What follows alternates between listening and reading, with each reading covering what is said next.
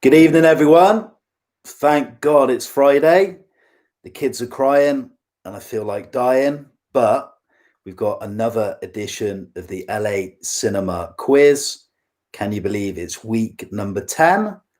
We're rolling camera. I can see myself. We've got sound, so welcome to the LA Cinema Film Quiz. Hello, everyone. Hope you're well. We're here again, another edition of the LA Cinema Quiz. We'll be here for probably the next 90 minutes with 5 rounds and 50 film questions to test your knowledge. And we'll see how you get on at the end when we reveal the answers for this week. And in a minute, I'll tell you the rounds for this evening, see if they whet your appetite, or you might put your head in your hands and say, oh no, not that topic. If you're on the chat window, please introduce yourself. Let me know if you've played before or if you're a newbie. I've got a few familiar faces already. So we've got Suzanne, good evening. Dave Films, a big cinema buff. Bikey chick back, good to see you all. Thanks again for joining us. Oh, I must admit, I'm glad it's Friday. It's been one of those weeks. See what I look like. The hair's a mess. Oh, difficult week with the little ones, with no schools, home education. I must admit, it has been stressful, and there's been times where I've been pulling my hair out. But I'd imagine those of us with kids, we're all in the same situation, in the same boat. It's certainly not easy. Okay, less ranting from me. Well, there'll be some couple of mini reviews from films I watched this week. Be 2 films in particular. Some topics of conversation to discuss, to get your viewpoints. Be interested to see what you say. All cinema related, of course. But you ready for tonight's topics? Here they are. So for the 10th edition, here are the subjects. Round 1, it was a recommendation. We're going to try and scare the pants off you with the horror genre. Round number 1, we've got horror. I think Dave asked for this. Amanda did in London. Next round, I've been watching a lot of his films during the lockdown. I quite like him, I got to be honest. Round number 2 is Hollywood star Kevin Costner. Number 3, somebody asked me if I'd sing some songs. Heaven forbid, I'm going to have a go. Obviously, because of copyright infringement, we can't play the songs.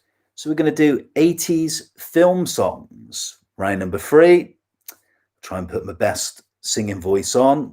Poor you. Round number 4, long films. So it'd be epic films, films that are exceedingly long in duration. And the last round, famous cameo film appearances, all will be explained. So before we kick off, just a couple of little bits of film news, then I'll dig out some DVD and Blu-ray purchases, and then we'll make a start on tonight's quiz. I hope you enjoy it. It's all good fun, good entertainment, just to test your cinema knowledge. And answers, as I said at the beginning, will be revealed at the end, and we'll get your scores. So some film news, just a quick little witty thing. Russell Crowe, you might see this week, launched a scathing Twitter attack on a Twitter social account, media account. Person made a negative comment about a film Crowe appeared in a long time ago. It's a Peter Weir film. Not seen it, but I've heard it's good, called Master and Commander. The person claiming that they couldn't ever get past the first 10 minutes, and it was a yawn fest. And Crowe came back and made a little scathing remark saying it's one of his favorite films that he appeared in, and that people have short attention spans these days. So will it set the norm for stars in future attacking people that criticize their work? That'd be interesting. Don't want to go too much on the political front. It always gets you into trouble. You fall out with too many people talking politics. But a little Donald Trump thing. So actor Macaulay Culkin has joined calls to get Donald Trump's cameo removed from Home Alone 2. So a topic for conversation later, we'll be talking about if films should be re-edited and cut. That's going to be a topic of conversation Later on, alongside asking you your favorite long films, epic films, we'll be discussing later on. Okay, so purchases this week, a couple of Blu-rays and DVDs just to quickly scan through very quickly. Okay, so I saw on somebody's Facebook feed, somebody recommended a new documentary that might be coming up for some awards. It's called Collective. It's on a really good label called Dog Wolf. They do loads of indie films and documentaries. It's actually a Romanian film, I believe, and it's about a scandal within the health system. A doctor is a whistleblower, and a big scandal comes out on a horrific tragedy in Bucharest. That's all I pretty much know about the this documentary, but I'm going to give it a go maybe next week. It's got rave reviews on the cover, so it's called Collective. That was number one. Number two was a bit of music. I'm a big rock and roll 50s fan. I like a bit of my Chuck Berry, my Johnny B. Goods. So I bought a live performance DVD featuring live performances from the poet of rock and roll, featuring a performance, a famous one, in Shepherd's Bush, 1972, a live performance on the BBC. So Mr. Chuck Berry, Mr. Rock and Roll. And then one for the kids. You'll all remember this one. Walt Disney in their prime. Chip and Dale, or the Rescue Rangers, of course. It was quite a popular show back in the 80s, maybe the early 90s as well. And they brought out cuddly toys, merchandise, and all sorts. And I think they brought out some games as well, computer games. Always like that one, so I'll be interested to see how that holds up. Okay, a mini review later on, but you ready, guys and girls, for tonight's quiz? The only thing I'll say, don't write the answers in the live chat window because everyone will see them, and the answers will be revealed at the end. So good luck, everyone. Hope you enjoy it. What was round number one? It was horror. So I think Dave and Amanda asked for this one. We're bringing it back. 10 questions on horror. Here we go. Question number one. Okay. Name the acclaimed horror film released last year with Elizabeth Moss in the lead role. She plays the ex of an abusive partner who takes his life and leaves her his fortune. As a series of coincidences turn lethal, she believes she is being haunted by someone she can't see. This is a fairly new horror film from last year. It stars Elizabeth Moss. It's a horror film. She plays the ex of an abusive partner who takes his life and leaves her his fortune. As a series of coincidences turn lethal, she believes she's being haunted by someone she can't see. 1 point on offer. I'm looking for the name of that film from the description. For number two, we go from a film last year, so an up-to-date modern film, to the 1930s. Here we go. Name the controversial Todd Browning horror film made in 1932. It's about a beautiful trapeze artist who agrees to marry the leader of a sideshow performers, but his deformed friends discover she's only marrying him for his inheritance. That's question number two.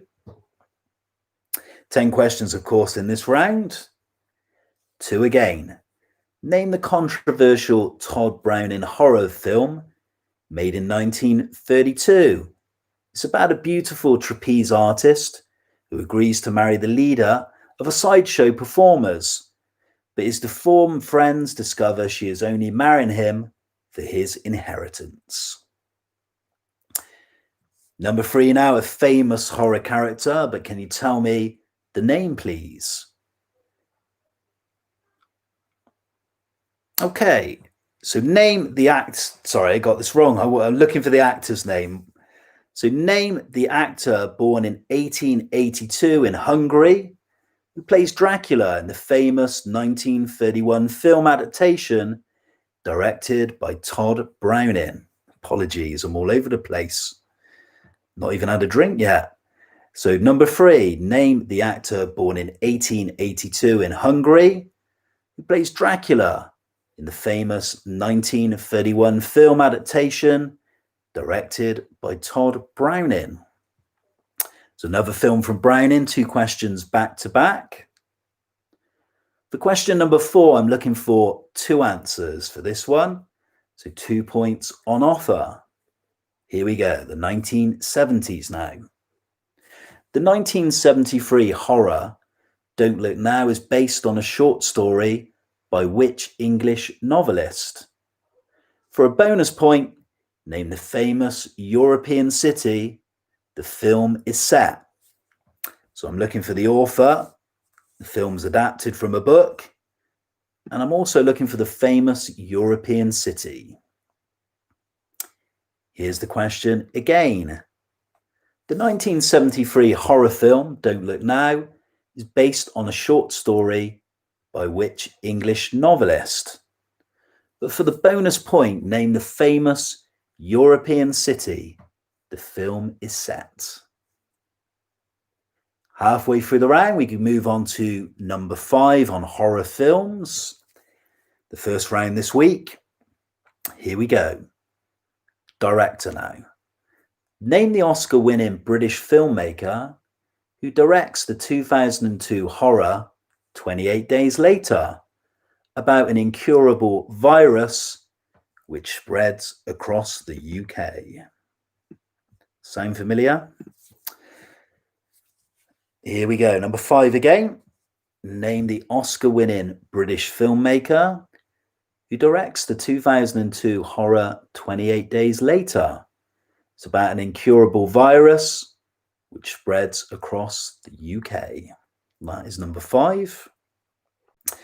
So we move from a director. I'm now looking for the name of the actor for question number 6. Here we go.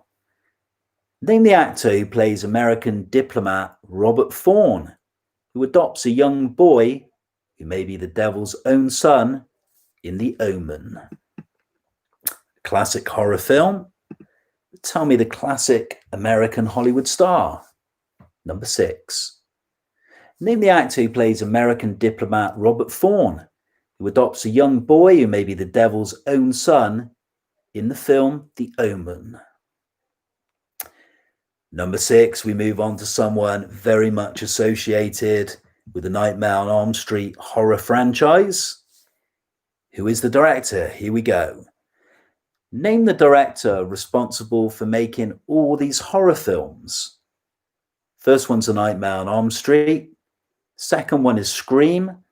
And the third one is People Under the Stairs. So 3 horror films directed by the same filmmaker. I want you to tell me who they are. The first one is A Nightmare on Elm Street. The second one is Scream. And the third one is The People Under the Stairs. That is number 6. Couple more left for this round. Number 7 is a tagline. I'm going to read out a tagline for a film. Can you tell me which film it is associated with? Which 1980 horror adapted from a novel carried the marketing tagline? Here we go. The tide of terror that swept America is here. So number 7, which 1980 horror film adapted from a novel carried this marketing tagline? The tagline is the tide of terror that swept America is here. Number 8 now. 3 more left. More up to date now, this one. 2014. Name the acclaimed horror from 2014 about a young woman who was followed by an unknown supernatural force after a sexual encounter. So this was quite an acclaimed horror. This is 5 or 6 years ago.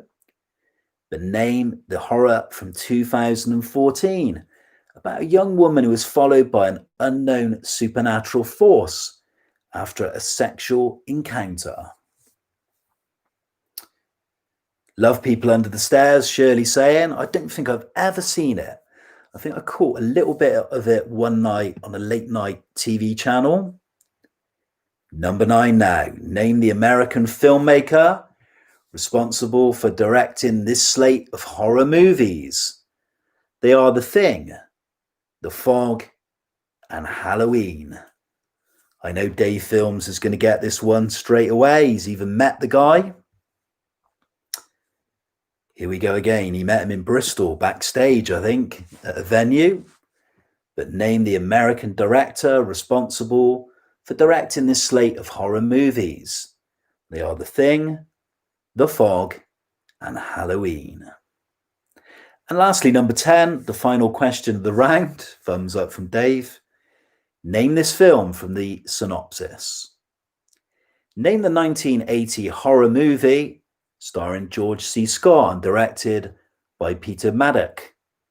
After the death of his wife and daughter in a car crash, a music professor staying at an old mansion is dragged into a decades-old mystery by a spiritual presence in the mansion's attic.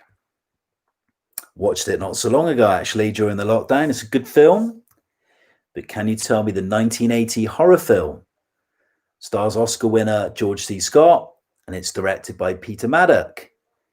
After the death of his wife and daughter in a car crash, a music professor staying at an old mansion is dragged into a decades-old mystery by a spiritual presence in the mansion's attic.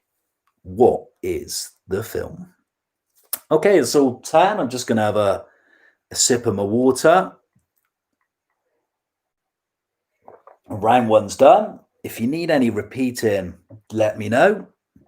How did you get on with your horror films? Dave thinks he's got off to a fast start with 9.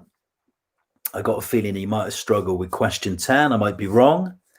How did everyone fare on your horrors? A recommendation from last week. And if you need any repeating, just let me know. Made the mistake early this afternoon going for a bike ride. Rode all the way to Nelsey, and I feel absolutely shattered. I got to be honest. Totally unfit. Suzanne saying an 8 for this one. Quietly confident. We'll move on to round number 2. Kevin Costner, the Hollywood star, our second round. Been watching quite a few of his films of late. See how you get on with round number 2. Here we go. Kevin Costner films, 10 questions. Start off with an easy one, just to get you warmed up. Okay, Dave not so confident on Costner. Number 1, Costner's 1990 epic Western won 7 Academy Awards, including Best Picture and Director. But name that film. I reckon you're all going to get this one. I'll be surprised if anyone drops points on this one.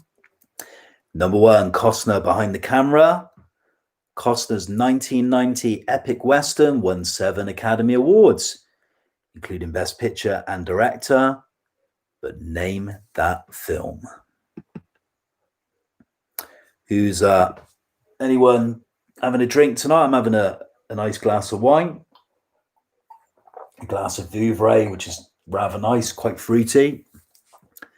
Number 2, name the 1987 Costner crime thriller, co-starring Gene Hackman and Sean Young, and about a cover-up and a witch hunt which occur after a politician accidentally kills his mistress. Really good film from the late 80s, this one. Not seen it in a long while. Bikey chick having a glass of white wine. Lucy Hawkins on the G&T and beer. Name the 1987 Costner crime thriller for question 2, co-starring Gene Hackman and Sean Young, and about a cover-up and a witch hunt which occur after a politician accidentally kills his mistress. Okay, from a film title to a film actress. as we move on to question number 3. Here we go. Name the actress who plays Costner's love interest in the 1996 romantic drama Tin Cup, about a washed-up pro golfer who wants to qualify for the US Open and who wants to win the heart of his rival's girlfriend. Mr. Harlequin saying they'll have a cuppa shortly. Also, the Vouvray for the weekend. I do like the Vouvray, I got to be honest. And they do a nice bottle of it in the off license just down the road, just over the garden, in fact, the little tipple. Number 3, name the actress who plays Costner's love interest in the 1996 romantic drama Tin Cup, about a washed-up pro golfer who wants to qualify for the US Open and he wants to win the heart of his rival's girlfriend. That's the 3rd one. Number 4, how well do you know your 1960s history?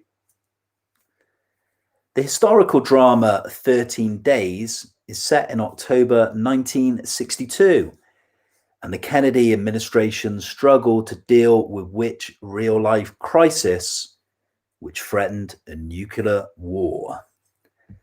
I think people thought the world was coming to an end in 1962. Kennedy was the president. The film was 13 Days.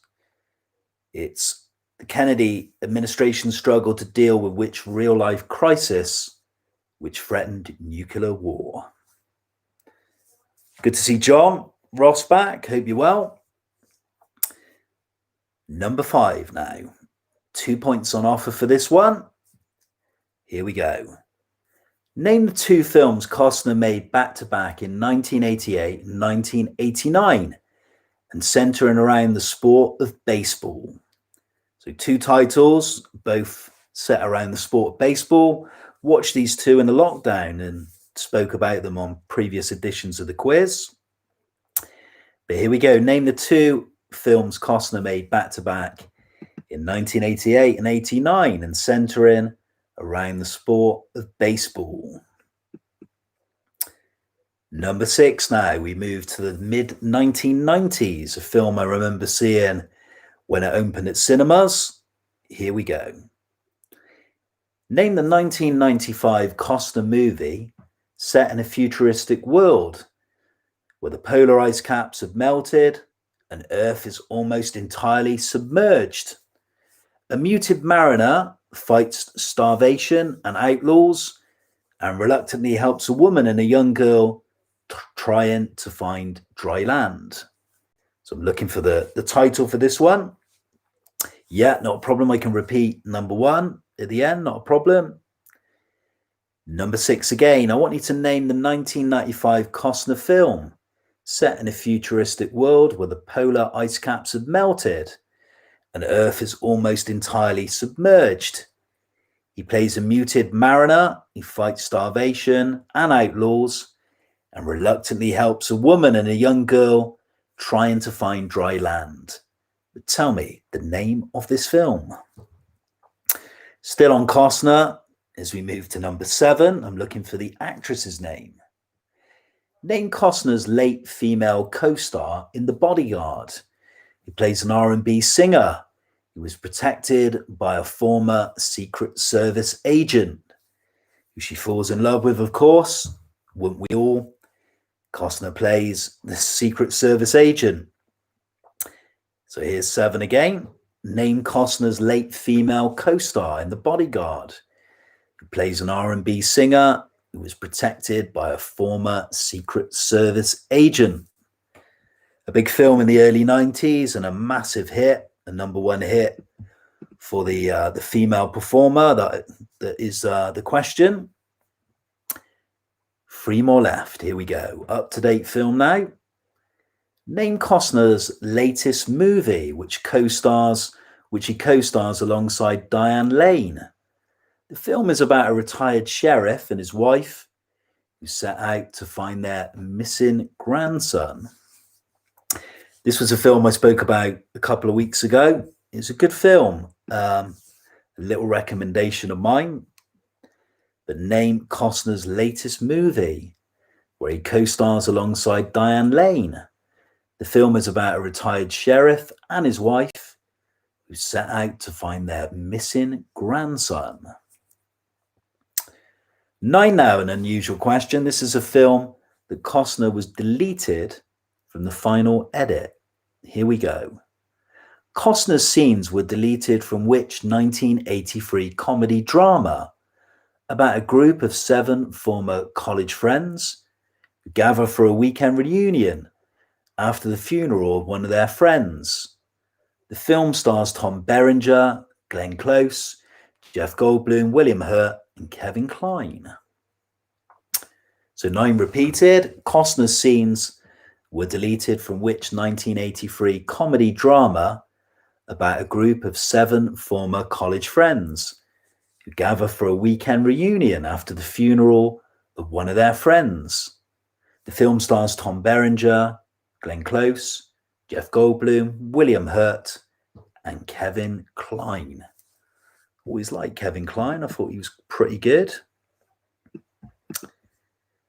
Won the Oscar, didn't he, for, what was the film? Fish Called Wanda. Number 10, last question on Kevin Costner. I'm looking now for the real-life character he plays in a famous Costner film. Here we go. Name the real-life character Costner plays in Oliver Stone's JFK. He plays a New Orleans district attorney who discovers there's more to the Kennedy assassination than the official story. So the last question, a real-life character Costner plays in Oliver Stone's JFK. He's a real-life New Orleans district attorney who discovers there's more to the Kennedy assassination than the official story. What is the name of that real-life person? Okay, that's Costner done and dusted for round 2. Are you Costner fans? Are you quietly confident that you're top of the class on your Kevin Costner movies, or not so keen on this round? How did you get on? And I'll repeat.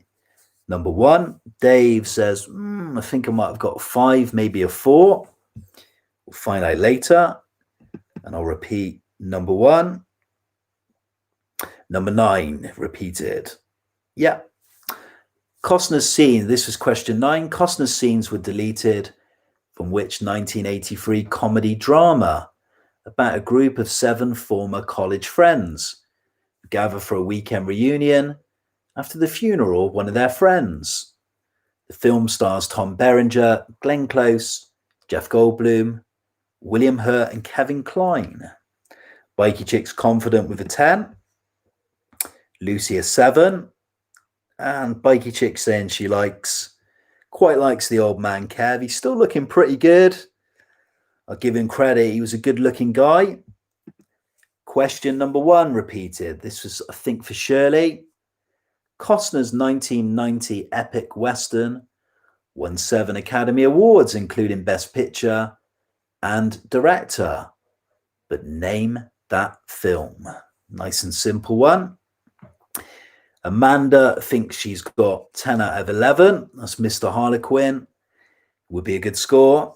We'll find out later on. We'll move on to the round I'm absolutely dreading, and you'll find out why in a minute. My nerves could get the better of me, but I'll try my best. But before that, I was going to do a little mini review. My first film I watched this week, which I got to be honest, I was a little bit underwhelmed by. I'll see if you've heard of this one. Maybe you've seen it. I'll have a quick swig of water first. So film number 1 this week. This is a film I bought on DVD. It's on the Criterion label as well, but this was a cheap one I picked up on eBay. I'm kind of glad I picked it up cheaply because I kind of want to get rid of it. It's a Brian De Palma film. It's highly rated. If you go on a lot of websites, they say it's a very underrated film from the early 80s. It's from 1981, the year I was born, so it's nearly 40 years old, this film. It stars John Travolta, Saturday Night Fever himself, and Nancy Allen, that you might remember from the RoboCop film. She was really good in that as Officer Lewis. Here's a little lowdown of the film. So it's Brian De Palma, the acclaimed director. It also stars John Lithgow as the villain, always good. And you may have heard of Dennis Franz, a good character actor. It's about a movie about a sound recordist who accidentally records the evidence that proves a car accident was actually murder and consequently finds himself in danger. Okay, so having read the reviews, recommendations for this film, I thought I'd watch it. I have to be honest, I do have problems with Brian De Palma as a director. For me, I think he's very overrated. I've seen quite a lot of his films and I struggle to name many that I've really enjoyed. I do like Carlito's Way. I think The Untouchables has its moments. And I think the first Mission Impossible was pretty decent. This starts very, very well. It starts off with a clever scene at the beginning, which borrows from Hitchcock's Psycho, where they asked the sound editor to get a better actress to put a scream on a B movie. But for me, it just gets so unrealistic. And that's the problem I have with De Palma. I find a lot of his scenes are very stylized, very over the top, and they lose it. They lose the reality and they almost become very samey, very silly. And the plot just goes all over the place after about an hour. For me, it could have been an exceptionally good film, maybe even better in the hands of maybe a more realistic filmmaker like a Kubrick or a Scorsese. I just have massive problems with this director, but really disappointed with this one. I got to be honest. Has anyone seen Blowout at all? 1981. A lot of people rate this one, so give it a go if you like Brian De Palma. Kind of a cult film made 40 years ago. So first film I watched this week. Stupid Penguin saying Heat. Do you mean the De Niro Pacino one? That's one of my faves, really is. Okay, you ready for round number 3? This is the embarrassing round. Somebody last week said, could we do some film songs? We did ages ago. We played some music, but we kind of got flagged up for playing copyrighted material. So I was going to sing these songs or attempt to. So I do apologize. I've not got much of a voice. Quite an easy 10 these are. There's clues in them, but I'm looking for the name of the song, the name of the performer, the artist, and which film it features in. So there's 3 parts to all 10 questions. A point for the name of the song, a point for the name of the artist, and a point for the film it's featured in. You ready? I'm going to sing these. I'm going to even try and sing them with no backing and try and get the tune. So, this is embarrassing. Here we go. Number 1. The heat is on. It's on the street, inside your head, on every beat, and the beat's so loud. Deep inside, the pressure's high, just to stay alive, 'cause the heat is on. That's the first one. Quite simple. There's a few clues in that one. Do you want me to do this one again? Right. Always hard to do it unaccompanied. I do like singing in the shower though, but that is another story. Here we go. A sight for sore eyes. The heat is on. It's on the street, inside your head, on every beat, and the beat's so loud. Deep inside, the pressure's high, just to stay alive, 'cause the heat is on. That's the first one. Number 2, this one is quite short and simple. Here we go. And you can dance for inspiration. Come on, I'm waiting. Even tried a little American accent there. Failed miserably. Number 2 again.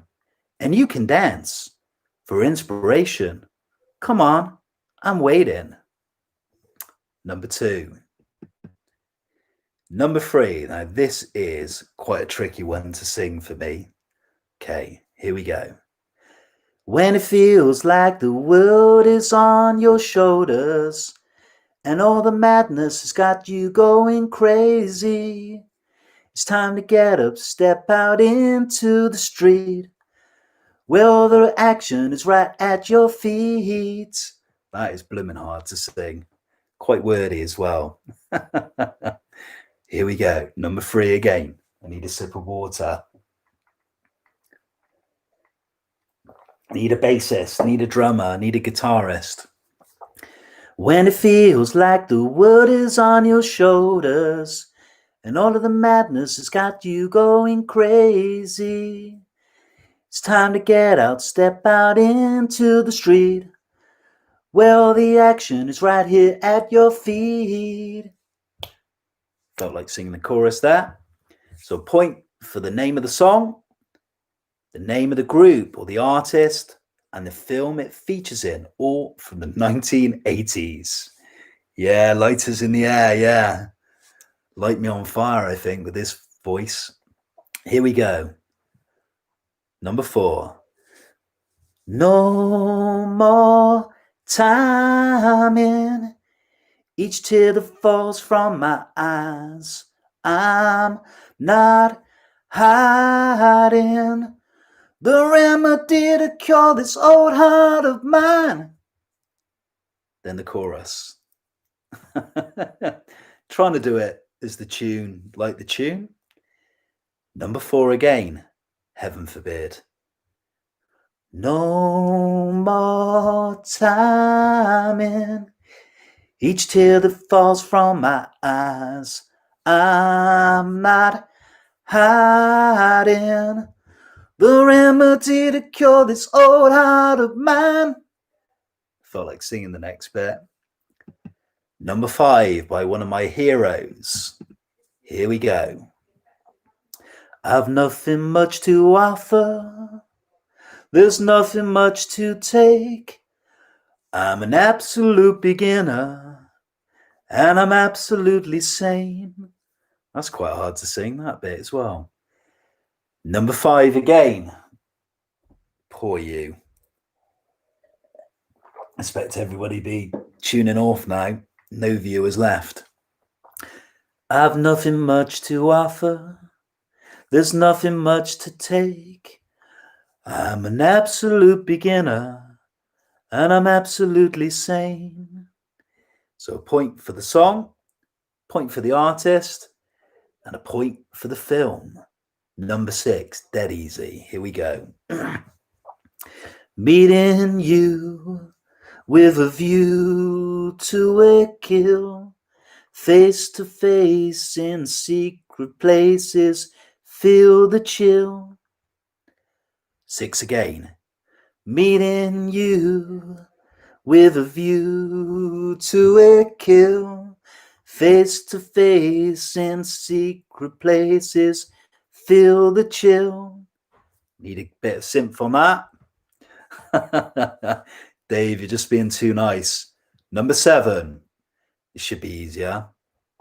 I got something to tell you. I got something to say. I'm gonna put this dream in motion.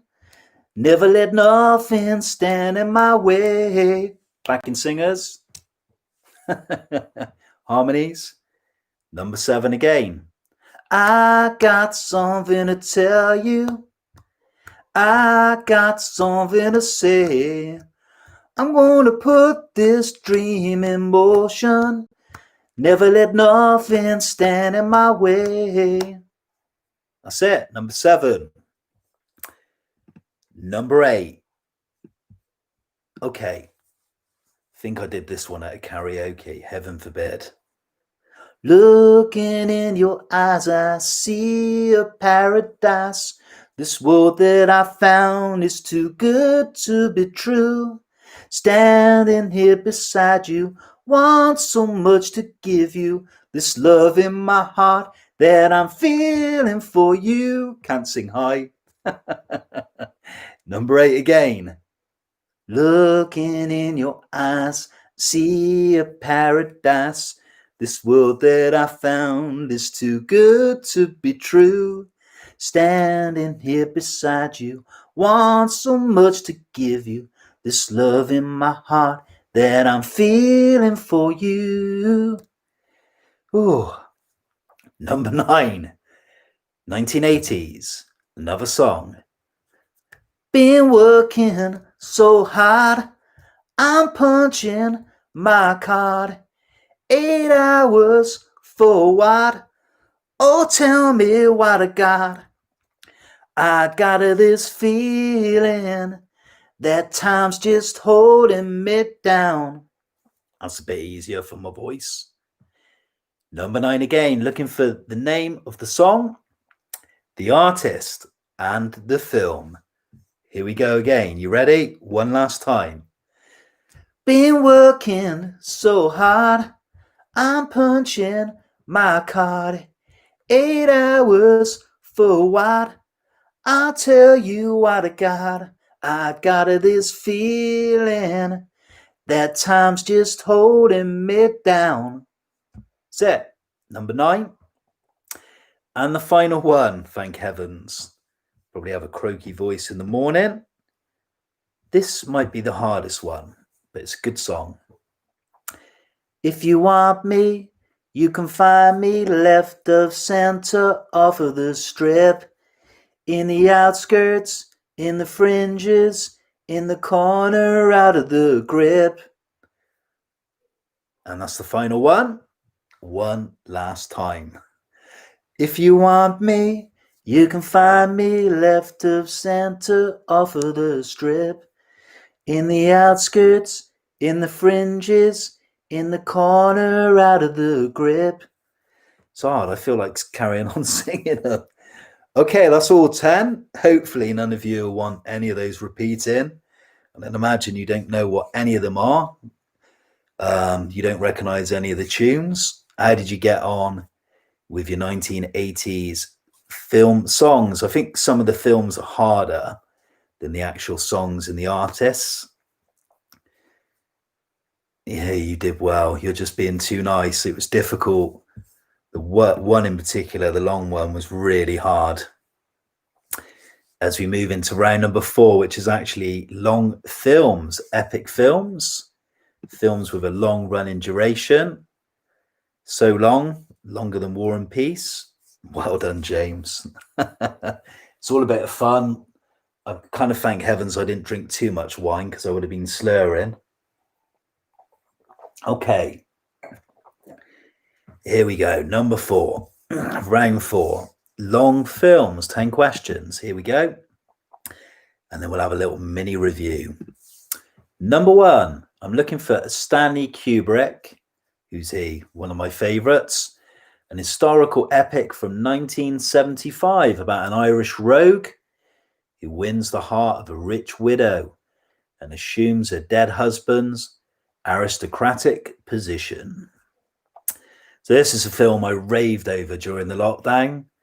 For me, it's his best film alongside 2001. But here we go again. I'm looking for a Stanley Kubrick historical epic from 1975 about an Irish rogue who wins the heart of a rich widow and assumes her dead husband's aristocratic position. That's number 1. Okay, number 2, Ingmar Bergman now.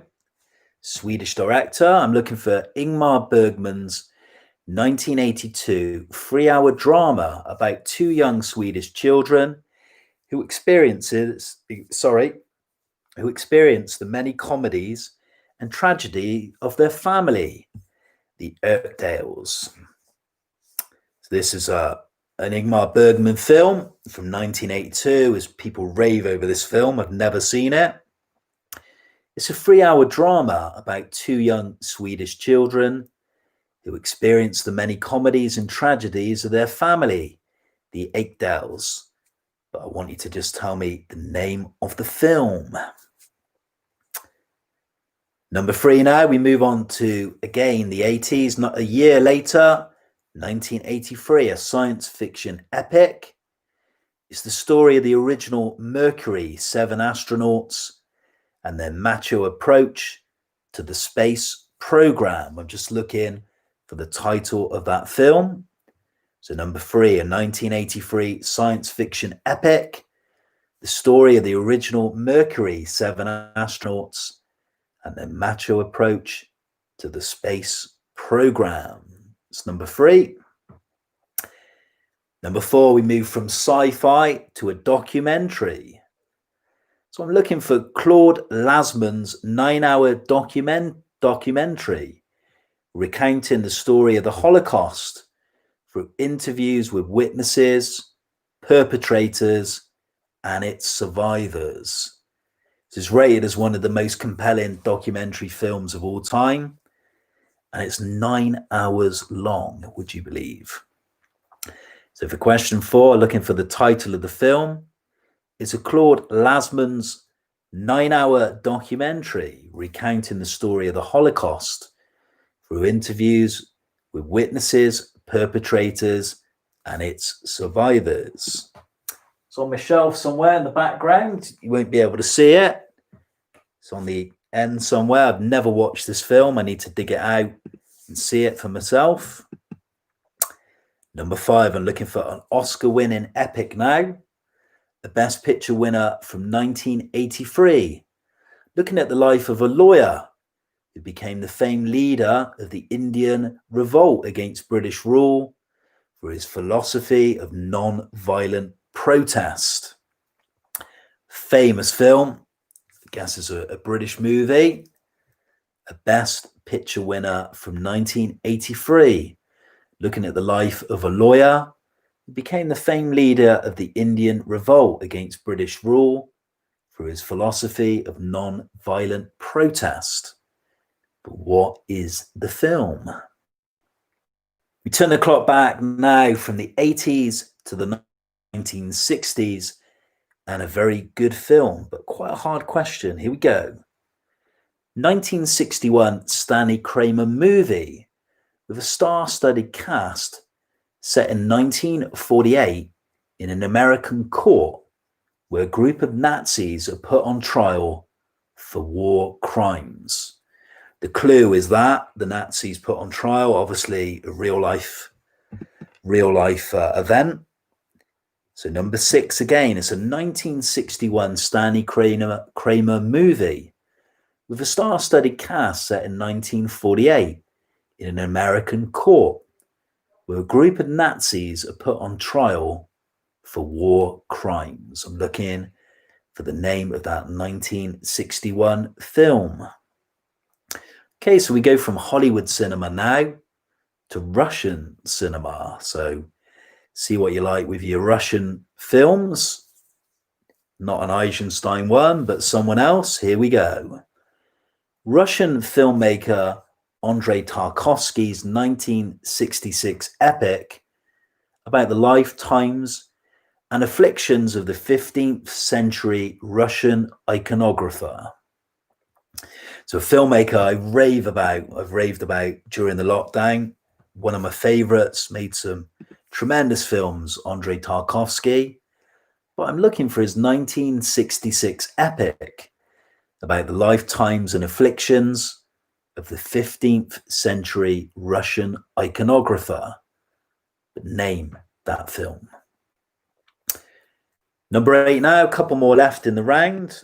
We're nearing the end of tonight's quiz, the 10th edition. A David Lean question now. Number 8. David Lean's 1965 epic about the life of a Russian physician and poet who, although married, falls in love with a political activist wife and experiences hardship during the First World War and the October Revolution. This is a film that always comes on TV, normally at a weekend, a daytime film. Again, I've never seen this one. Maybe another film for lockdown.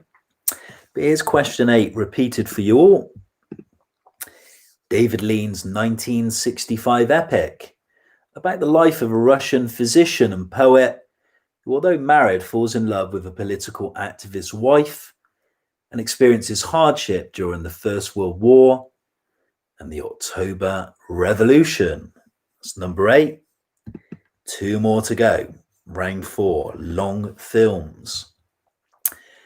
Number 9, Spike Lee's 1992 biographical epic about a controversial and influential Black nationalist leader, from his early life and career as a small-time gangster to his ministry as a member of the Nation of Islam. Got a feeling all of you are going to get this one. But number 9 is a Spike Lee 1992 biopic about a controversial and influential Black nationalist leader.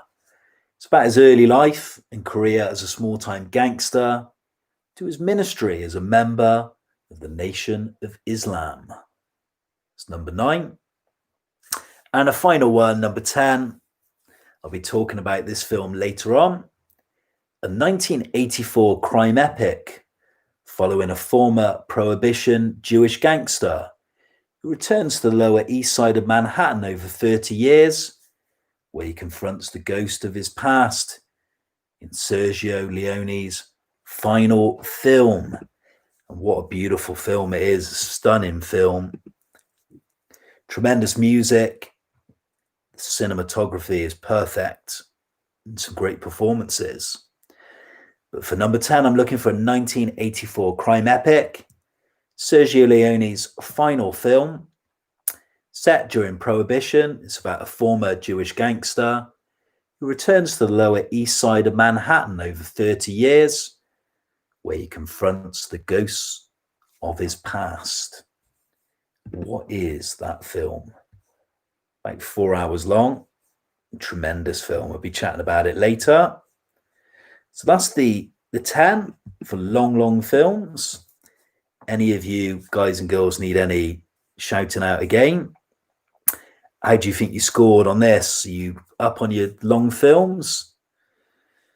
Got to be honest, there's a lot of long films that would get in my all-time favourites, and we'll be discussing those later on. You're quietly confident on your longer films, your epics.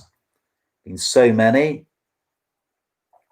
The Oscars seem to like long films. A lot of Academy Award winners, best films have reached the 3 hour plus mark. Dave not so keen. Thinks he scored a 4. The Stupid Penguin, Mr. Gareth, a 6. Amanda quietly confident. She knows her film stuff, a 9 out of 10. Had to guess a few.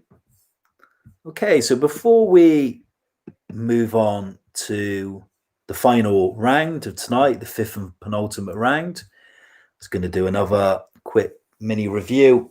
I suspect most of you probably don't know this film, but I'd be interested to hear if you've had. And don't forget, if you need any shouting out from the previous round questions, let me know. Okay, so a few of my friends, mainly work in the cinema business like myself, keep on about this director who's Iranian called Abbas Kiarostami. And I know this is probably not everyone's cup of tea, but everybody keeps saying what a great director he is. And one of the regular contestants on here, Mr. Baseheart, told me that he said, if you watch a Kiarostami film, start off with this trilogy called the Coca trilogy, all associated films set in a place called Coca. And the first film is called Where is the Friend's House? It's a film released in 1987, the first film of the trilogy, on this really nice Criterion box set. So I thought I'd give it a go. Really short film, it's only about 80 minutes. And here's the synopsis. So Kiarostami directs. It's about an 8-year-old boy who must return his friend's notebook he took by mistake before his friend is punished and expelled from school. Pretty simple story. It's only 80 minutes long. I got to be honest, this was a really good film. I'd not seen any of Kiarostami's films. I'll certainly be watching more. I'll certainly be watching all the trilogy and checking him out, finding out more. Really good film, simple story, at the beginning, you see these boys in class being taught by a very disciplined head teacher. He certainly got the rule book, got them in tune, and he basically tells them that they have to do all their homework in this notebook. They must make sure they do their homework every night and that they're disciplined. But one of the boys, the lead character in the film, takes home one of his classmates' notebook. And when he gets home, he keeps saying to his mum, I need to take this notebook back, otherwise the boy will be punished and expelled from school. His mother has a young baby, and she keeps saying to him, look, take care of the baby. You need to do your homework. No. Eventually he gets his way. He goes all the way to this town, not knowing where his young classmate lives, asking people, have you heard of this boy? Do you know where he lives? He doesn't find him, but on the way is kind of a journey of meeting people. There's a brilliant scene where his granddad stops him and asks him to where he's been and to get his cigarettes. And whilst he's gone looking for his cigarettes, speaks with one of his friends and says, problem with the young generation today, they don't listen to people's advice. They just do their own thing. And the kind of friend counter argument saying, well, what's the young boy done? He hasn't done anything wrong. A lot of things about kind of morals. There's a lot of hidden meaning about politics. It's a really good film. Check out this filmmaker. If you like your foreign language films, Kiarostami is really good. Really like this film. Good recommendation. Okay, so ready for the quiz again? Let's go with the final round. What is the final round? I think it's cameos from films. Yeah, if you like your foreign films, have a go at Kiarostami. Really good. I've only seen one, but I was impressed. Okay, you ready? Round 5, movie cameos. So I'm looking in this case for the personality, the actor, or the person in showbiz who makes the cameo in the film.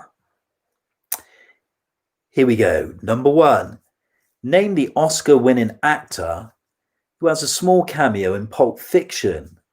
He plays Captain Coons, a Vietnam vet sent to deliver a watch to Bruce Willis's younger self.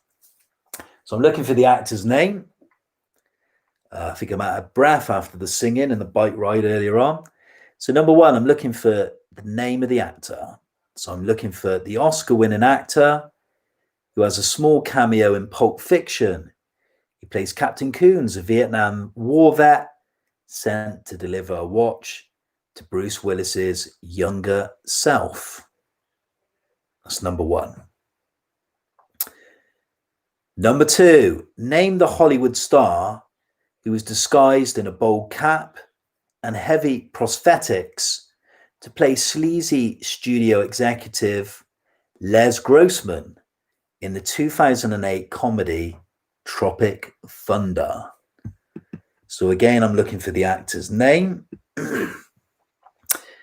Number 2, name the Hollywood star who was disguised in a bold cap and heavy makeup to play sleazy studio executive Les Grossman in the 2008 comedy Tropic Thunder. So we move from 2008 to a film from 1950, I believe, for number 3. Question 3, name the iconic silent movie star who was seen playing a dried up version of himself during Norma Desmond's Waxworks card game in Sunset Boulevard. It's the third question. Name the iconic silent movie star who was seen playing a dried up version of himself during Norma Desmond's Waxworks card game in Sunset Boulevard. Number 4 now. Which pop icon makes a brief appearance in the Bond film Die Another Day as a fencing instructor who tells 007 he can handle his weapon well? Bit of innuendo there. But for number 4, I'm looking for the person that makes a brief cameo? So which pop icon makes a brief cameo appearance in the Bond film Die Another Day as a fencing instructor who tells Bond he can handle his weapon very well? Who is it? Number 5 now. We're halfway through the round. A few more questions to end tonight's quiz. Can't believe it's the 10th week. Which Hollywood hunk makes a brief appearance in Deadpool 2? He plays a superhero named the Vanisher, who's part of the X-Force super team. If you don't know your superhero films, the clue is probably Hollywood hunk. Which Hollywood hunk makes a brief appearance in Deadpool 2? He plays a superhero named the Vanisher, who's part of the X-Force super team. Where's my water gone? Oh, found it eventually. Number 6. Looking for a director now. So we go from an actor to a filmmaker. Here we go. Which iconic director is spotted at 2 minutes and 51 seconds as a passenger loading a double bass onto a train in the 1951 thriller Strangers on a Train? A good film, a suspense film, but I'm looking for the director who makes a cameo appearance. You can spot him at 2 minutes and 51 seconds. He plays a passenger loading a double bass onto a train in the 1951 thriller Strangers on a Train. But who is it? 3 more questions left now. Sorry, 4 more questions. I can't do my maths. Number 7. Which 1980s bad boy makes a brief appearance in the 1999 cult classic Being John Malkovich? He plays Malkovich's show business friend and listens to him as the actor believes he has been possessed. So number 7 again, I'm looking for a bad boy from the 1980s who makes a brief appearance in the cult classic Being John Malkovich. He plays Malkovich's show business friend and listens to him as the actor believes he has been possessed. Who is that star, that actor? Number 8 now. Which Exorcist star makes a brief appearance in Wes Craven's Scream? In Scream, she is cast as a pushy news reporter. So she plays a journalist, famous for being in The Exorcist, and she makes a cameo appearance in Wes Craven's Scream. She is cast as a journalist, but I want you to tell me who it is. 2 more left, both music personalities now for 9 and 10. So questions 49 and 50 for the final round. Here we go. Question 9. Which famous rock guitarist plays Jack Sparrow's dad, Captain Teague, in Pirates of the Caribbean at World's End? I must admit, I gave up on Pirates of the Caribbean after number 1. I don't think I saw any of the others. They made too many in my opinion, but number 9, which famous rock guitarist plays Jack Sparrow's dad, Captain Teague, in Pirates of the Caribbean at World's End? And lastly, a final question of tonight, which is question 50. Which US rock band frontman, who also provides songs in the film, makes a brief appearance as a geeky school principal with a megaphone? He rejects Marty McFly when he tries out the Battle of the Bands in Back to the Future. So from the first Back to the Future film from 1985, I'm looking for the performer. He makes a cameo. He provides a couple of songs in the film. He plays a geeky school principal seen with a megaphone. He rejects Marty McFly when he tries out for the Battle of the Band scene in Back to the Future. Who is that performer? Excuse me. So there's your 10 final questions for famous cameo appearances in film. Any of you need any of those repeating again, let me know. Not a problem. I can shout any that you missed. How did you fare with this one? You're just too damn loud. I take it that was a line by him. How did you get on with your final round? In a minute, we'll do a recap and we'll read out all the answers and see how you did for tonight's 10th edition of the quiz. We'll get your scores. Suzanne saying an 8, which would be a good score indeed to finish off. And Dave, who loves his films, not bad, a good 8 for me. Stupid Penguin saying the same with an 8. Lucy saying a 7, maybe. Okay, so before we read out the answers, no more reviews. I didn't see any films apart from the 2 this week. A couple of topics of conversation for tonight. So one of the rounds tonight was long films.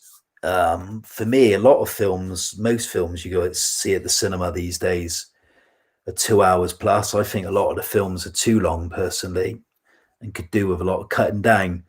But if you had to name your favorite long films of all time, ones you've either seen in the cinema or maybe at home via the streaming services, or ones you've bought on Blu-ray and DVDs, which ones would you choose and recommend? Some people may have not seen these films. What are your favorite all-time long films?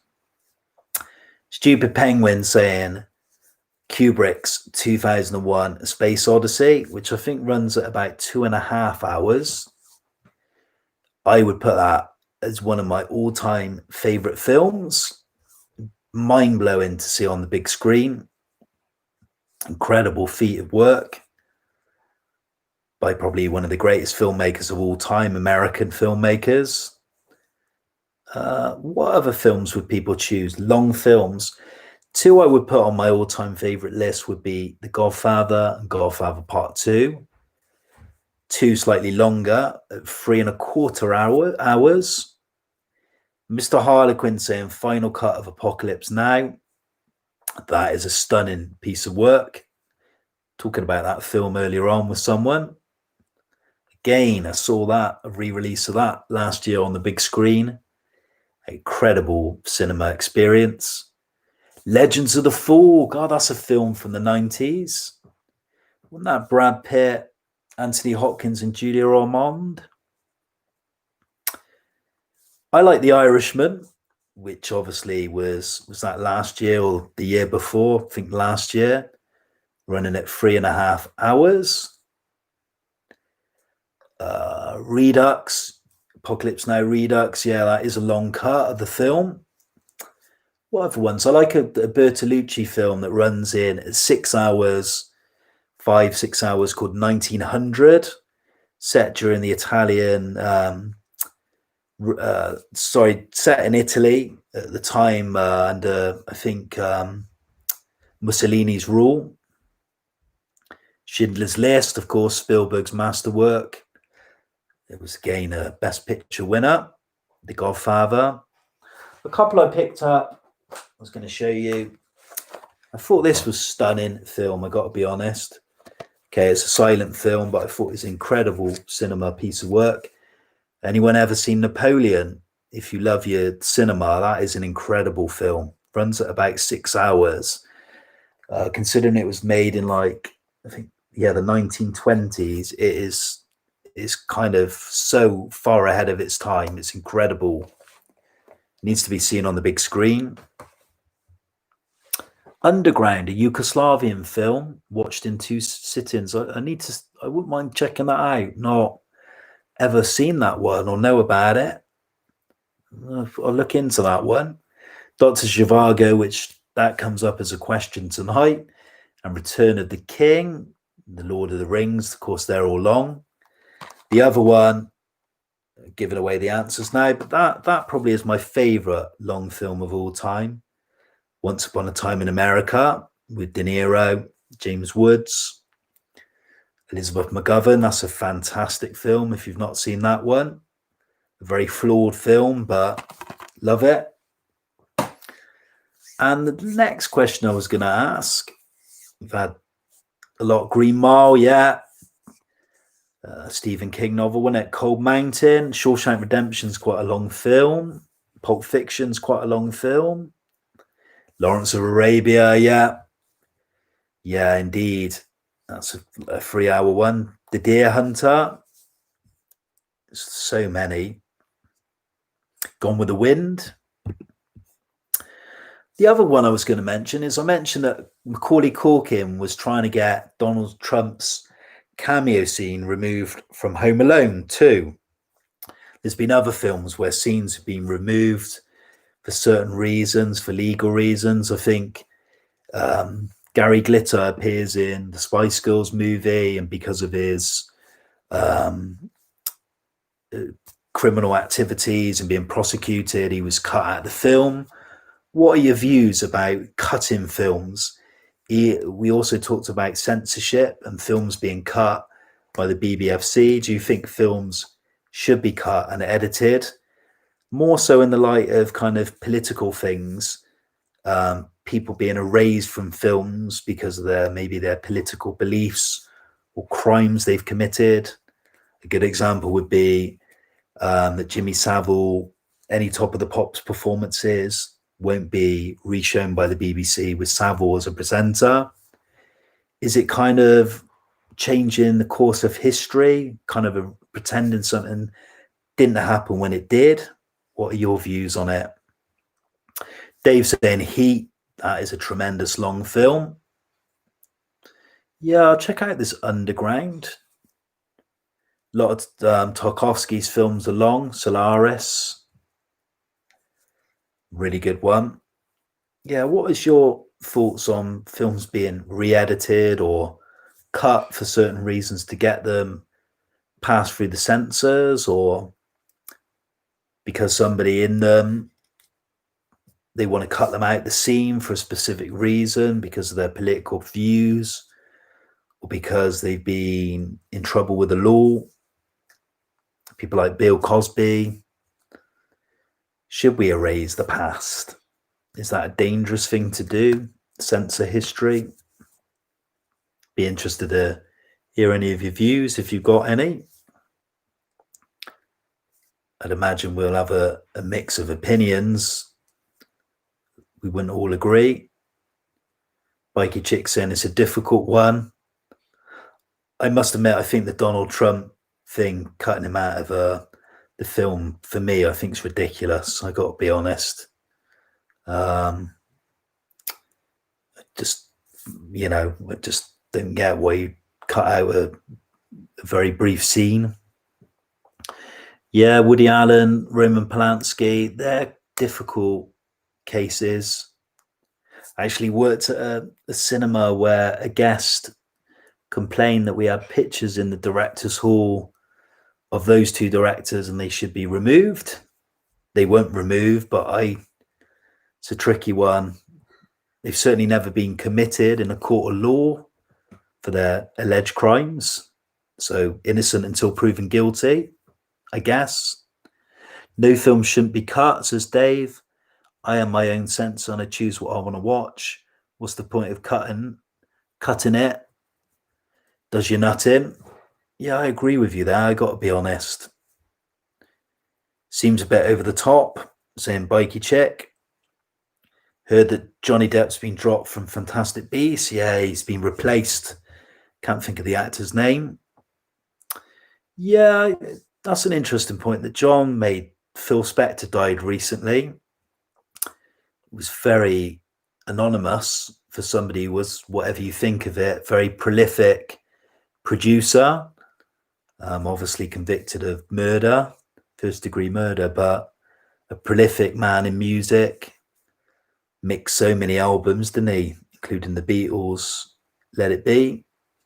Yeah, it's a tricky one. Food for thought, I think. Good time to have a glass of wine. Kevin Spacey, of course, was erased from that film that Christopher Plummer replaced him in, the Ridley Scott film. Trying to think of the name of it now. About the John Paul Gettys. Okay, you ready for the answers? Lucy saying you can't erase history, but if you want to keep selling a film and making money, then maybe you have to get rid of some of the difficult casting. I think the sad thing about history is we don't often learn from history, do we? That's just my strong opinion. A lot of things have happened in the past, but I'm not sure we always learn from it. But that's a separate story altogether. Yeah, All the Money in the World. That was the film I was thinking of. Quite a good film. Okay, let's go with the answers then. Okay, so number one. Amanda saying, I think we don't need to be reminded of some despicable people. Yeah, that's a good point. But I think sometimes you need to learn from some of the horrific things people have done, I guess, particularly in politics, people like Stalin and Hitler, to learn from history what they did. But yeah, that's a long debate. Here we go then. Let's get on to a bit of horror. So the answer to number one, it was a fairly new film with Elizabeth Moss. I gave you a synopsis. It was The Invisible Man. The Invisible Man is answer number one for horror. Number two, the film from 1932 by Todd Browning was Freaks. Freaks was the film. I think it was banned or unclassified in the UK for a long time, got a video release years and years later. So Freaks, answer number two. Number three, the actor, Hungarian born, in Dracula is Bela Lugosi. So Bela Lugosi is number three. Number four was a two-part question. I wanted the name of the author. For Don't Look Now, it's adapted by a book from Daphne du Maurier. And the famous city is Venice, of course, is set in Venice. And if you've not seen it, it is a brilliant horror film, one of my favorites. The British director who directed the 2002 horror film 28 Days Later is, of course, the Oscar winner Danny Boyle. Trainspotting's Danny Boyle, answer number five. The Hollywood actor who the Hollywood actor who's in The Omen, who plays the diplomat Robert Thorne, it's Gregory Peck. Gregory Peck is your answer for number six. Next one was name the director responsible for making these horror movies. They were Nightmare on Elm Street, Scream, and People Under the Stairs. It was Wes Craven. Wes Craven, the answer. The tagline, the novel that carried the marketing tagline, The Tide of Terror that swept America is here. It was Stanley Kubrick's The Shining, of course, with Jack Nicholson as the lead. The Shining, your answer. The next question was an acclaimed horror film from 2014. It was It Follows. It Follows, the next answer. And the last two, it was John Carpenter, the answer, the director who made these slate of films, The Thing, The Fog, and Halloween. It was John Carpenter. And the last one, the film I described from 1980, with George C. Scott, the actor, and directed by Peter Medak, is The Changeling. It's a good film, that one, The Changeling, your final answer. I got a feeling that I had one too many in there. I think there might have been 11 instead of 10. But how did you get on with your first round of horror films? What What are your scores? What are the scores on the board tonight for round number 1? Yeah, I noticed I mislabeled. I put the wrong answer to the Hungarian-born actor. I put the film instead of the actor. Bikey Chick, an impressive 9. Stupid Penguin, a 4 for the round number 1. Any more scores? 9, very impressive. Good start from Bikey Chick. The Changeling was a tricky one. Probably the hardest question there. Okay, so round number 2 was your Kevin Costner round. 10 questions on the Hollywood star Kevin Costner. 12 out of 12. Very good. Specialist subject horror for Amanda. Susan not bad with a 6. Kevin Costner, the first one I bet you all got right. The Best Picture winner from 1990, an epic western, won 7 Academy Awards, including Best Director and Best Picture. It was Dances with Wolves. Of course, Dances with Wolves. I reckon Stupid Penguin, you'll do better with this round. He does know his films. Number 2, the 1987 thriller that I mentioned with Gene Hackman and Sean Young about a cover-up, a political one. Good film. It's No Way Out. No Way Out. Answer number 2. Some more scores. Dave, a 9, and Lucy, a good 7. Respectable 7.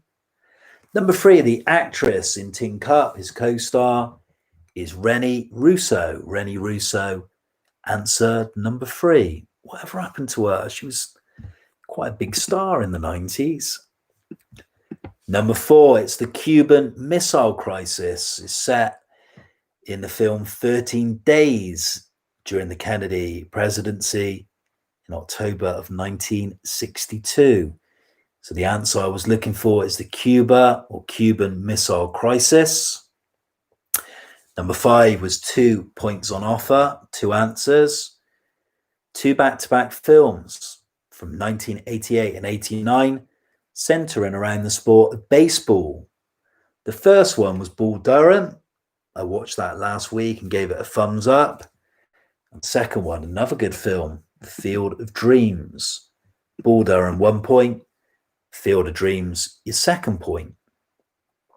Number 6, the 1995 film set in a futuristic world.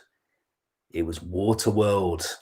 I think it was the highest budget film back in the 90s, 200 million budget. Waterworld, answer number 6. Number 7, bet you all got this one. Whitney Houston is the answer, the R&B singer in The Bodyguard who had a massive hit with I'll Always Love You, the Dolly Parton song, Whitney Houston. Number 8, the new film that Costner's in, and it's a good film, is called Let Him Go. So a thriller, kind of a revenge thriller, I guess. Let Him Go, answer number 8. Number 9, Costner was deleted from the 1983 comedy The Big Chill. He was in it, but he was edited out of the final cut. The Big Chill, answer number 9. 10, a tricky question. Who's the real life character Costner plays in Oliver Stone's JFK? He's a district attorney from New Orleans. His name is Jim Garrison. He's a real life character, as I said. Jim Garrison is the name.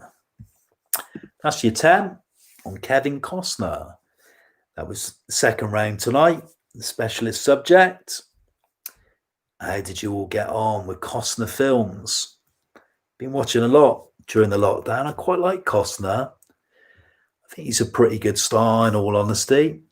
A good-looking guy back in the day. Always kind of plays your good American, kind of law-abiding citizen. Very moralistic, I guess. Mr. Harlequin, a good score, 10 out of 11. Very good indeed.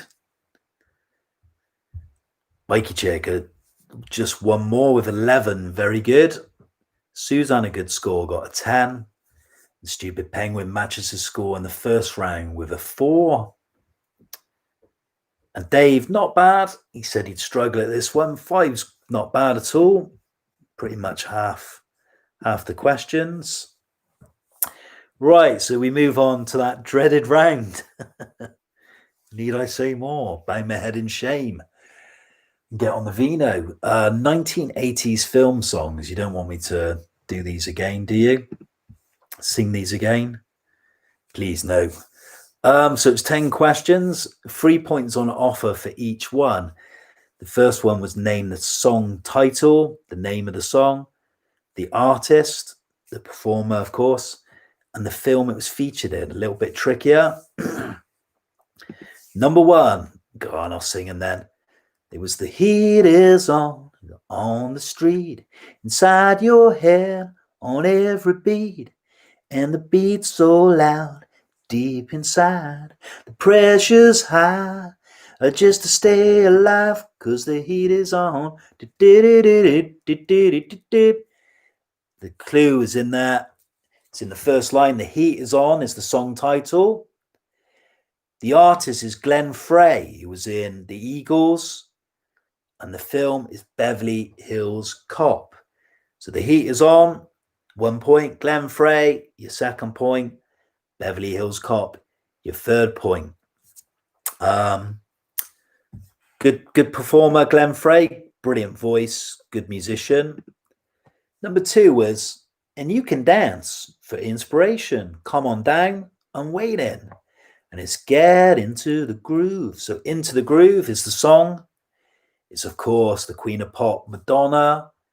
And the film, a little bit harder, is Desperately Seeking Susan.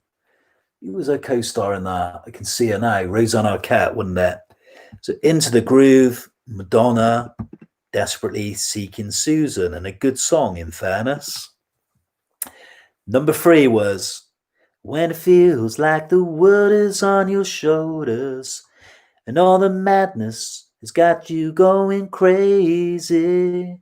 It's time to get up, step out into the street where the action is right at your feet.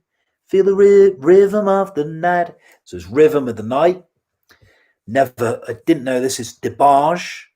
And the film, I wouldn't have had a foggiest idea. Pat on the back if you got this one, and a case of wine coming to your door. The Last Dragon. Rhythm of the Night, DeBarge, the 1980s film, The Last Dragon. Number 4 was this. No more timing. Each tear that falls from my eyes, I'm not hiding. The remedy to cure this old heart of mine, I can dream about you. So it's I Can Dream About You. It's by Dan Hartman. And the 80s film it is in is Streets of Fire. So Streets of Fire. Free case of Vouvray, yeah, indeed. Number 5 was I've nothing much to offer. There's nothing much to take. I'm an absolute beginner. And I'm absolutely sane. He'd be shaking his grave here in that. Absolute Beginners. It's in the title. It's David Bowie, of course, from the dreaded film of the same name, and it's blooming awful. Absolute Beginners. Absolute Beginners. David Bowie and Absolute Beginners. 3 points there, if you got them all. Number 6, we move to a Bond film. Meeting you with a view to a kill, face to face in secret places, feel the chill, dance into the fire. So it's A View to a Kill. It's in there, the line, dead easy. Duran Duran, massive band in the 80s. And again, A View to a Kill, that easy. So A View to a Kill, Duran Duran, and the film is A View to a Kill. Number 7, it was I got something to tell you. I got something to say. I'm gonna put this dream in motion. Never let nothing stand in my way when the going gets tough. So it's when the going gets tough. Soul legend Billy Ocean and the Jewel of the Nile. When the going gets tough, Billy Ocean and Jewel of the Nile. Someone told me a nice story about Billy Ocean. They were going to a Billy Ocean gig at a venue in Bristol, and they bumped into him. They went to the gym, and Billy Ocean was actually in the gym working out, and they got chatting to them, and he was such a gentleman. He invited them backstage after the gig, and apparently he was such a nice bloke, really good to his fans.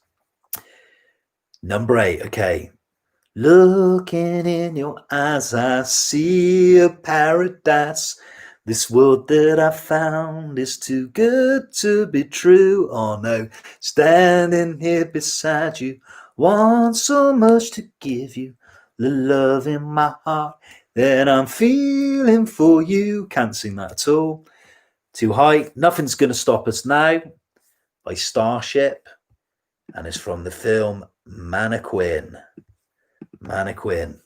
What's his name? Something McCarthy. Whatever happened to him?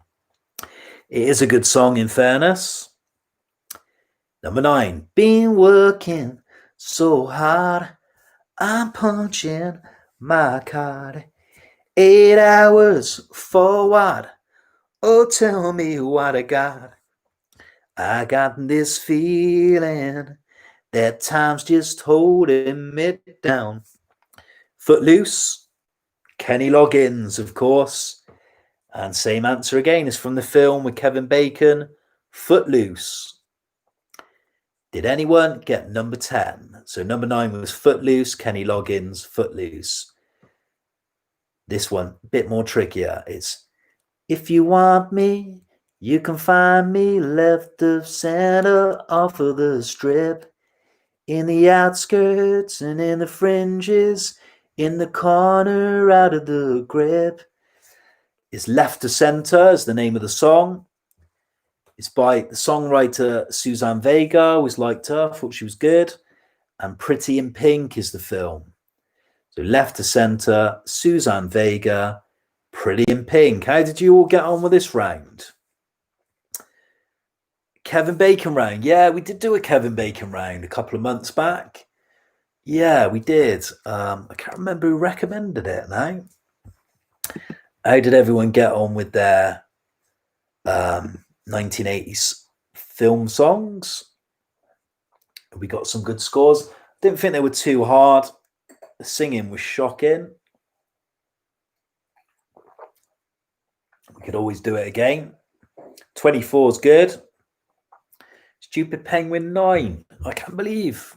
No way. I think the titles were a little bit harder. 16's good. That's Suzanne. Anyone else?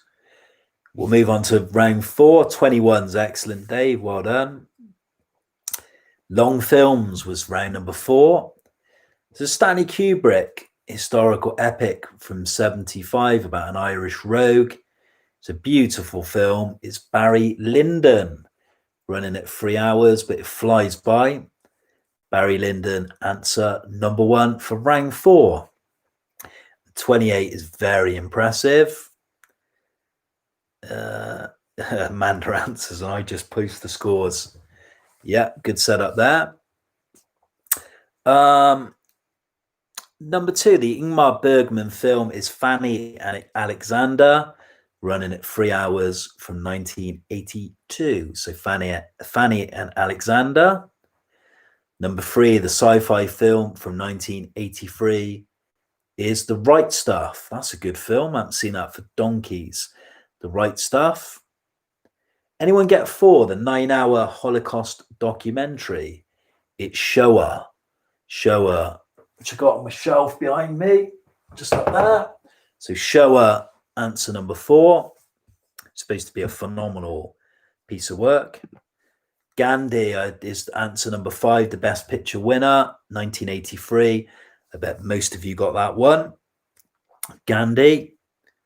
Yeah, so Mr. Harlequin got the Shoah one. Very well done indeed. That was a tricky question. I thought 6 was a tricky one. The clue was obviously it's a real life courtroom drama based on the Nazis being persecuted for their crimes, their war crimes. It's Judgment at Nuremberg, the film, 1961. It's a very, very good film. Got Spencer Tracy in, Burt Lancaster, Maximilian Schell. He won the Oscar. Really good film. Andrei Rublev is the Tarkovsky film from 1966, the epic. Andrei Rublev, answer 7. Number 8, someone mentioned it earlier on. I think it was Amanda as one of her favourite films. Dr. Zhivago, David Lean's epic with Julie Christie. Oh, what was the guy's name? Oh, he died not so long ago. Omar Sharif. So Dr. Zhivago.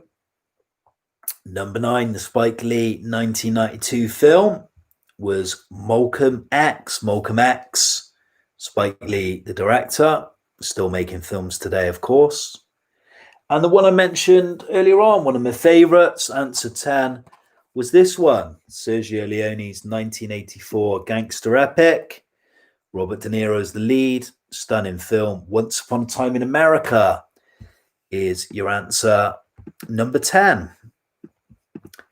Final one, Once Upon a Time in America. How did you all get on with that one? Do we get half a point for Andre? I think because you're doing well tonight, Mr. Harlequin, I'm going to say no. It needs to be the full film. Yeah, Omar Sharif. 5 from Stupid Penguin Sounds. Lucy got 20, pardon me, from the last round. Bikey Chick a 7. Wanted to also wish Richard, Mr. Harlequin, happy birthday. I think his birthday was on Monday. Is it congratulations or commiserations? I'm feeling like commiserations this year. I'll be 40 in September, the big 4-0. I thought I was going to be having a party, but I got a feeling I'll be partying here in the house on my own with my wife, I guess. Mr. Harlequin, a 9 out of 10, really good. Any other scores? Dave got a 5. Our final round tonight was movie cameos, another 10 questions. Give you the answers in just a sec. Any more scores? The scores on the board. Okay, so movie cameos. The first one, Mr. Harlequin, most definitely commiserations. It was Blue Monday in more ways than one, but thanks. Did you put on that classic New Order song then? Susanna 6. Lucy Hawkins, a good score of 7. Both good scores there from Suzanne. Lucy, Mr. Harlequin, Bikey Chick doing well. Dave not bad as well. And Stupid Penguin with a 5, as I mentioned earlier. So Christopher Walken makes the cameo performance in Pulp Fiction as Captain Coons, a Vietnam vet. So Christopher Walken, answer number 1. Number 2 is Tom Cruise, who plays Les Grossman, a sleazy studio executive disguised in Tropic Thunder. So Tom Cruise, answer number 2, in the 2008 comedy film. Number 3, if you know your old films, your silent films, it was Buster Keaton in the masterpiece Sunset Boulevard, playing a dried up version of himself in Norma Desmond's Waxworks card game. Buster Keaton, number 3. Played a song of hers earlier on, or tried to sing a song of hers, Madonna. It makes a brief appearance as a fencing instructor in Die Another Day. So Madonna is answer number 4. The gorgeous Brad Pitt is answer number 5. He makes an appearance in Deadpool 2. Plays a superhero named The Vanisher. Blink and you miss him. So an appropriately named character. Brad Pitt, answer 5. Imagine most of you, if all of you got this one. Alfred Hitchcock is the famous iconic director, seen carrying a double bass, in the 1951 thriller Strangers on a Train. So it's the British iconic director Alfred Hitchcock. Answer number 6. The bad boy I was referring to, kind of famous in the 1980s more so. It was Charlie Sheen, who plays John Malkovich's business friend in Being John Malkovich from 1999. So answer 7 again, Charlie Sheen. Linda Blair is the Exorcist star who makes a brief appearance in Wes Craven's Scream. She plays a pushy news reporter. So answer 8 is Linda Blair. Linda Blair, who obviously plays the child in The Exorcist, possessed by the devil. And the last 2 answers is Keith Richards from the Rolling Stones. How on earth is he still alive? Plays Jack Sparrow's dad, Captain Teague, in Pirates of the Caribbean at World's End. So Keith Richards I was looking for answer number 9. And number 10 is Huey Lewis from Huey Lewis and the News, who's in Back to the Future, the first film going back to the past in 1985. Okay, so he's pickled. Saying Mr. Harlequin, or what, I'm pickled, or is that a line? I don't know. How did everyone get on with this round? I was listening out. I could hear my oldest child, I think, shouting out a bit earlier on. Stupid Penguin sounds an 8, a good score, really good. Suzanne, a respectable 7. Bikey Chick, a very good score of 8. So we've had an 8, a 7, and an 8. How did everyone else fare? It's the final round of tonight. Can't believe it's the 10th week of the second lockdown quiz. Not sure how many of these we've done now. It's been a long time. No, Keith Richards pickled. Talking about pickle, there's a great YouTube video of him. I don't know if it's still on there. Talking about announcing that they're going on tour about 2005. And he's absolutely wasted. It's so funny. He's slurring his words. A 9, Mr. Harlequin. Amanda met Huey Lewis. Says he's a nice guy. Yeah, I don't mind them. They're quite a good band, in fairness. Huey Lewis and the News. Didn't they do that song that Ghostbusters ripped off? I'm trying to think of the name of the song. Okay, so how did everyone, if you total all your scores up from your 5 rounds, how did you get on with tonight's quiz? Lucy got a respectable 7. 28 total for the first person announcing the score, which is the Stupid Penguin Sounds. 28 in total. 59 really good from Bikey Chick. Always scores high. And thanks for taking part every week. Thank you. Dave Films got a good score of 45. Suzanne equaled that. Suzanne Chilcott with a grand total of 45 again. Good score. Imagine Amanda's going to be high.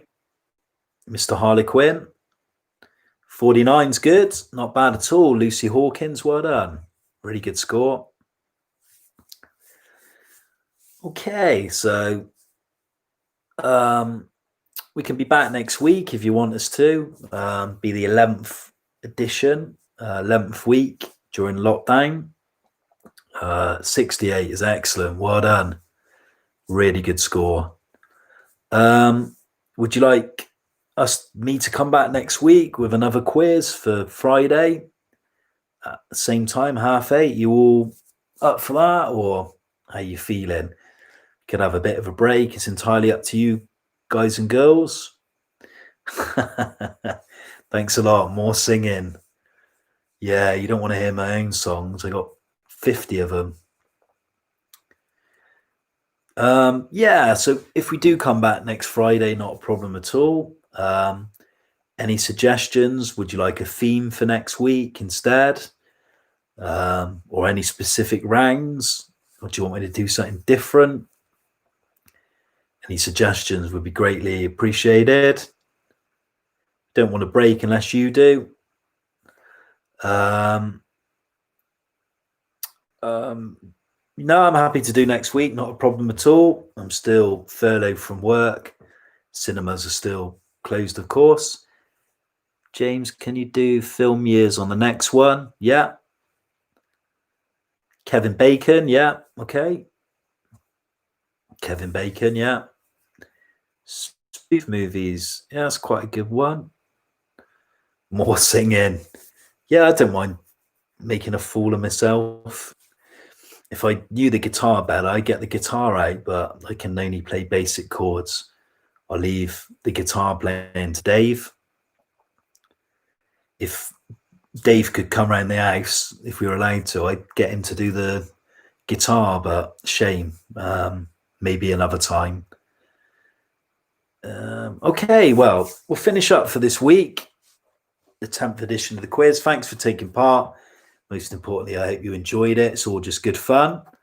And I hope to see you next week. It'll be same time in my living room, same place at 8:30. And we'll end. I'll have a few Vouvrays, I think. Good night. Stay safe. Enjoy your weekend. And that's it. The LA Cinema quiz. Over and out. That's a wrap. And we'll see you next week. Thanks a lot. Good night. And good luck to you all. See you next week. Same time, same place. 8:30 on the YouTube channel. Thanks for your support and thanks for subscribing. I'll see you next week, next Friday. Good night.